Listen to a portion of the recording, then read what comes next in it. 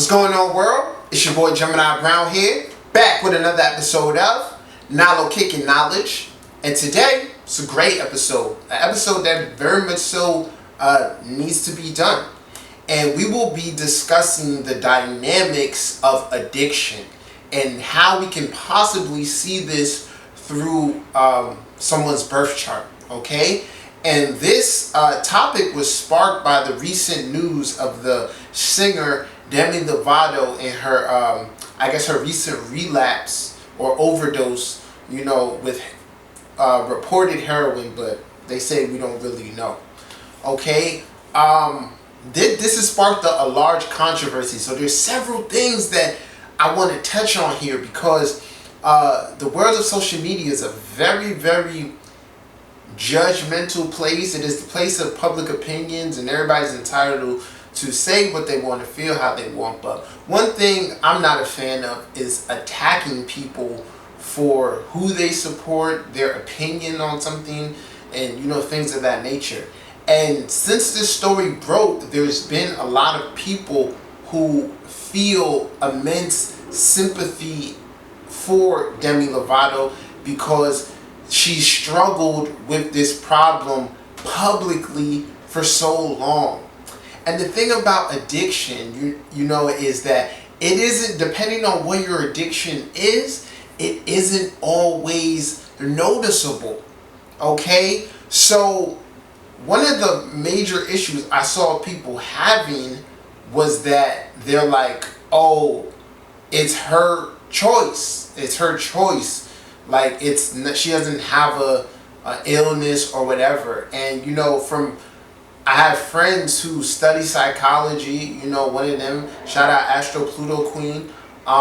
She confirmed, and others will confirm too, addiction is indeed something you can be like diagnosed with and things of that nature. And I just approach it from this perspective, right? Let's go into the fact that when you're a baby, you're a newborn, you're a clean slate. And one of the aspects of humanity is conditioning. Whatever you are conditioned to do, you become reliant on that. One example is food. Okay, now we're at a point where there's all types of things that can induce addiction. Okay, so I'm saying that any human being or animal, whatever you want to call it, is susceptible to addiction. The only difference with us is that we do have the power of free will. Okay? However, what I'm looking at is that a person may be more inclined to indulge in the addiction because of how the structure of their consciousness is set up. Alright? So we're going to use Demi Lovato's chart as an example, because she clearly has an addictive personality, okay? So, but let's really keep in mind here, for those of you, maybe watching and judging, and, for the people out there who don't really this is not just alcohol and drugs. You can be addicted to anything. You can be addicted to food, sex, it doesn't matter, okay? So, Demi Lovato is a Leo sun, a Taurus moon. This is key here, right? Then she has her Venus and Jupiter conjunct. Okay, and I think it's in the sign of Virgo. Then she has Neptune and Uranus in her 5th house. There's so much. And then she has a 12th house aspect. So the first thing I really, really need everyone to understand is that things can play out a number of different ways. There's no clear-cut science as to why a person has an addictive personality. These are indicators, okay?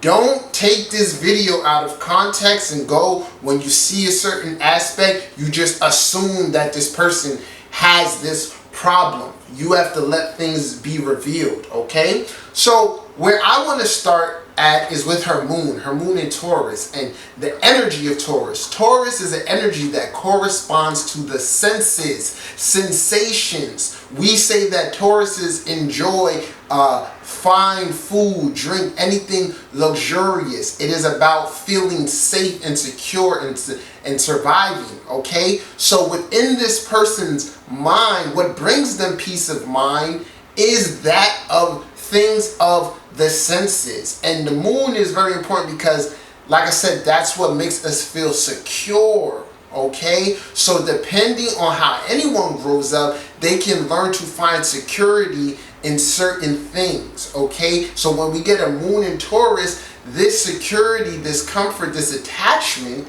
is likely going to come through that of the senses. So people with Taurus energy in general, especially an emphasis or a highly aspected one, can become reliant on all types of things. Food, sex, you know, if this is in your 7th house, relationships, people, anything, okay? So that's the first point to consider here.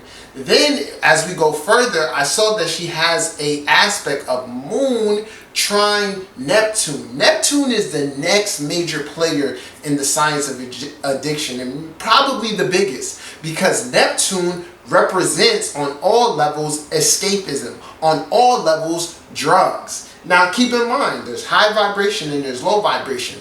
A high vibrational Neptunian drug is mushrooms, LSD, something you take to induce a higher state of consciousness, okay? A lower level aspect of that would be heroin, crack, cocaine, whatever, okay? So keep this in mind. When a person has an aspect of towards Neptune, whether it be in positive or negative, or positive, negative, harsh or soft, whatever you want to call it, right? This inclines one to constantly seek escape. There's a certain restlessness within this person where they want to ascend to that state of Neptunian bliss. Demi Lovato happened to have this in trine, where trines, you know, they're not always good. It's a free-flowing energy. So you got to keep in mind here, this is someone who's highly successful. They can afford to keep up their habit. So it's very easy to stop something when you don't have access to it. But when you're in a position where you can provide yourself with the addiction, that changes the whole ball game, okay? So we got to keep that in mind. It's a constant struggle, and there's a constant need to want to escape. Then we can even add the fact that it's in her 5th house of, you know, recreation and things we do for fun. Then there's another major aspect here, which these two planets are both major players in the science of addiction. Jupiter and Venus. Why Venus? Venus is pleasure. Pleasure, what we do for pleasure. So wherever Venus is in your chart, that's going to give you pleasure on a scientific level of this energy. Venus is our endorphins. It is that thing that makes us feel happy, okay, or good. When this Jupiter is excess, doing it big. So when these two planets come together within the person, you have someone who likes to be extravagant, who likes to spend. It does a lot. She has it in her 2nd house, which, whew, that's a blessing, okay? So, but nonetheless, when it comes to seeking pleasure, a person may have, you know, a big appetite for such things. Then you add and couple that in, that it's also in trine to Taurus and her moon. It's very, very understandable, okay? So that's what I said. For those of you out there reading charts and, you know, trying to understand people, it's a mix of logic and intuition, okay? So free-flowing aspects can really add to this versus someone who has harsh aspects, who realizes like, okay, this isn't in my best favor or interest to do this. Okay, so like I said, Venus and Jupiter, how they're aspected, what houses, there's a lot to comprehend here. Okay, I'm just giving you a rough overview. And keep in mind, you could be addicted to anything. What else? Then we got Saturn. Saturn's really important because Saturn is karma, right? And within addiction, when you really get into it, and there's a great book, I can't remember the author's name, but there's a book about the family karma and astrology, and you'll see that things like addictions and just patterns, even emotional patterns, are inherited, okay, even if they skip a generation. So Saturn has to be considered based on its position of now normally, here's it go, when Saturn is in harsh aspect to a planet, which I believe she has it squaring that moon, squaring Pluto, opposing her Mercury, that Saturn is really going to light the fire under you that you need to stop.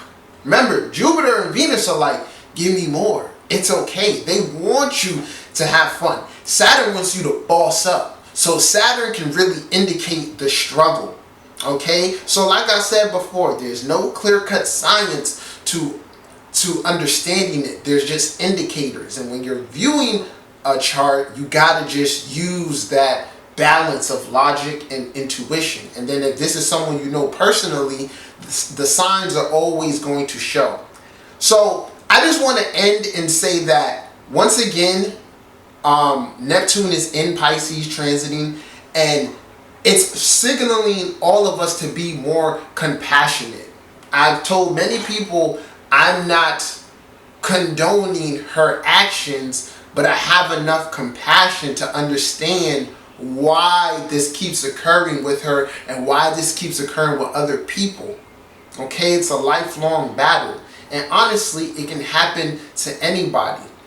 What this should just show you is that we all need a certain level of discipline, focus, and strength of personal will. Alright? So y'all, this was my interpretation of the astrology of addiction.